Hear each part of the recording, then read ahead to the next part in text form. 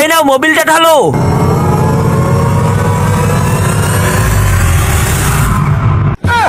এই যে ছোট মোবিল ঢালেছিস তো? আরে তুই এটা কি করতেছিস? মোবিলের বদলে এই রুয়াবসা কেন ঢালতেছিস? ইঞ্জিন তো নষ্ট হবে, তখন তো আমাদের সব চরিপানা দিতে হবে। আরে উস্তাদ চুপ কর, আমি তো চাই যে ওর ইঞ্জিনটা নষ্ট হোক। আরে পাগল, তুই কি আমার দোকানটা বন্ধ করাই দিবি এখন? আরে এইটা ঢাললে তোর ইঞ্জিন নষ্ট হবে পাগলের বাচ্চা। আমাকে কাজটা করতে দাও, তুমি টেনশন করো না। ওই আমার মোটরসাইকেলের পুরনো মোবিলটা চেঞ্জ করেছো তো? আরে এই তো বড় ভাইয়া হয়ে গিয়েছে। এই যে আমি নাটটা টাইট করে দিতেছি। আরে উস্তাদ তুমি কাস্টমারকে একটু সেবেল দাও, আমি এক্ষুনি আসতেছি। আমি বুঝতেছি না ও কি করতে চাচ্ছে। আরে ভাইজান আপনার কি চা লাগবে? চা দি। বন্ধুরা তোমরাও কি আমাদের মতন ইসলামিক ভিডিও পছন্দ করো? আজকে দেখবো কারা আমাদের মতন ইসলামিক ভিডিও পছন্দ করে। তারা এই ভিডিওতে লাইক করে, চ্যানেলটি সাবস্ক্রাইব করে, কমেন্টে আই লাভ ইসলাম লিখে যাবে। আরে মিয়া যদি খাওয়াইতে মন চাই তাহলে পুরি খাওয়াও। হ্যাঁ ভাইজান তাহলে চার সাথে পুরিও খাওয়াবো। আরে উস্তাদ তাড়াতাড়ি মোবিলের একটা খালি পট দাও আমাকে।